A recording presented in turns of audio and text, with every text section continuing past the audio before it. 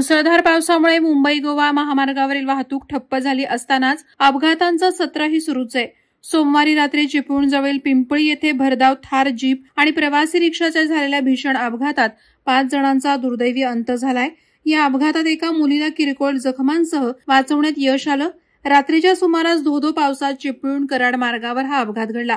मिळालेल्या माहितीनुसार हरियाणा येथील एक व्यक्ती मुलीसह थार जीपमधून प्रवास करत होती। भरधाव वेगात असलेल्या या थारने समोरून येणाऱ्या प्रवासी रिक्षाला जोरदार धडक दिली। धडकेनंतर थार पुढे जाऊन एका गॅस वाहतूक करणाऱ्या ट्रकवर आदळली। या अपघातामुळे रिक्षा आणि थार गाडीचा पूर्णपणे चक्काचूर झाला। रिक्षातील 4 प्रवासी आणि थार चालक यांचा जागीच अंत झाला। या दुर्घटनेत मृत्युमुखी पडलेल्यांमध्ये पिंपळी येथील नुराणी मोहल्ला परिसरातील रहिवासी आणि रिक्षा चालक यांचा समावेश आहे। शबाना मिया सय्यद, हैदर नियाज सय्यद, नियाज हुसेन सय्यद, इब्राहिम इस्माईल लोणी रिक्षा चालक असं मृतांचं नावं असून मध्ये एका 2.5 वर्षांच्या चिमुरड्याचाही समावेश आहे।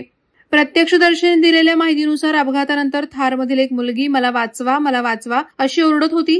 नागरिकांच्या सतर्कतेने या मुलीला सुखरूप वाचवण्यात आलं। सुदैवाने ती किरकोळ जखमांसह बचावली असून तिच्यावर स्थानिक रुग्णालयात उपचार सुरू आहेत। अपघातामुळे महामार्गावर काही काळ वाहतूक कोंडीही झाली होती।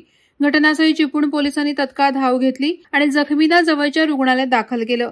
पोलिसांनी प्राथमिक तपासात थार चालकाच्या भरधाव वेगामुळे हा अपघात घडल्याचं नमूद केलंय।